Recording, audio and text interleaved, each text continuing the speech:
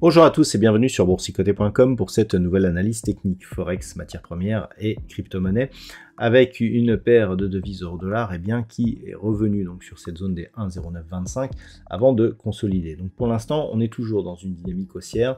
On vient d'avoir ici une attaque sur la bande de Bollinger supérieure. On a confirmé ici le contact avec cette zone de résistance et suite à cela, on consolide avec une certaine force, mais en restant ici au-dessus de la moyenne mobile 20 exponentielle. Donc pour l'instant, ça reste haussier.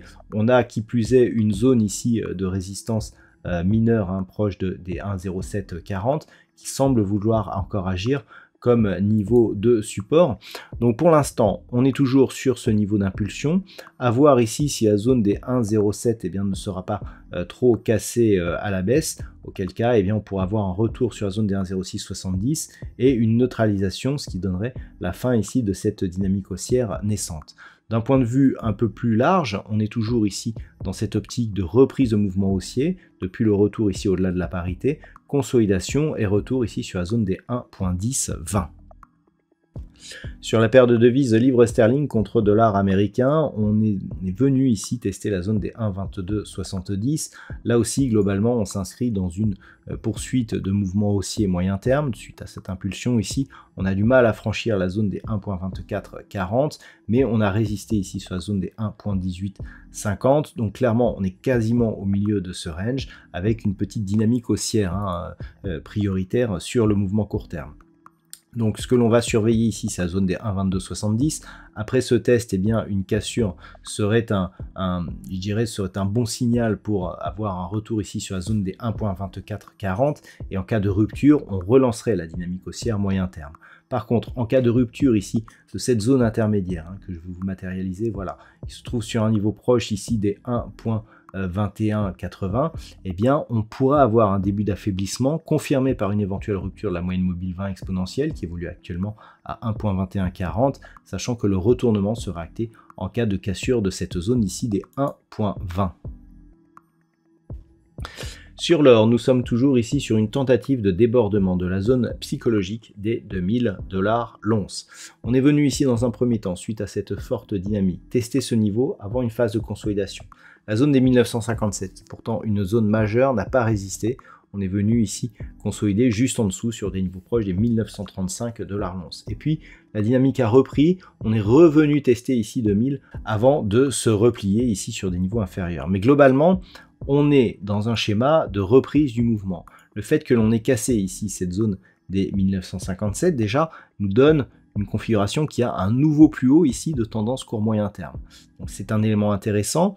Maintenant, suite à la première attaque, il serait intéressant d'avoir ici cette zone qui se transforme comme zone de support. Si tel est le cas, la zone des 2000 $ l'once ne devrait pas résister trop longtemps et on pourrait assister à un retour sur les plus hauts historiques de l'or, proche des 2070 $ l'once. Au niveau du brut léger américain, la rupture ici des 70,40 a laissé la place à une cassure donc de cette zone de range que le WTI occupait depuis quelques semaines. On est venu tester donc la zone qui était déjà connue des 65,20 $ le baril avant un rebond technique ici qui est venu valider justement cette zone des 70,40 comme nouvelle résistance. Donc tout cela nous indique que nous sommes dans une nouvelle dynamique baissière. Donc pour l'instant ici, impulsion, rebond technique, l'ancien support devient résistance et on repart à la baisse. Une rupture ici de cette zone des 65,20 nous ouvrirait la porte à une possible poursuite ici en direction de la zone des 57,50 $ le baril, et ce tant que 70,40 reste résistance de la tendance court terme.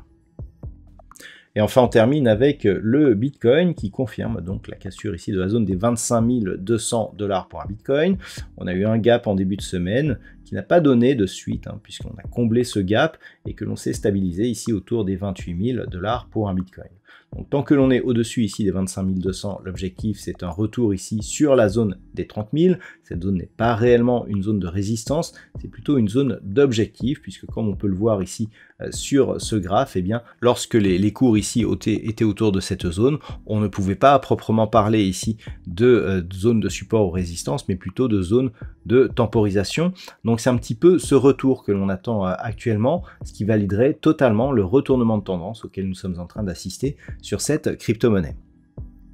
Voilà donc ce que l'on peut dire sur l'analyse technique de ces principaux actifs de marché. Je vous souhaite de passer une très bonne soirée et un très bon week-end. On se retrouve dès la semaine prochaine pour d'autres analyses techniques, toujours sur le site boursicoté.com.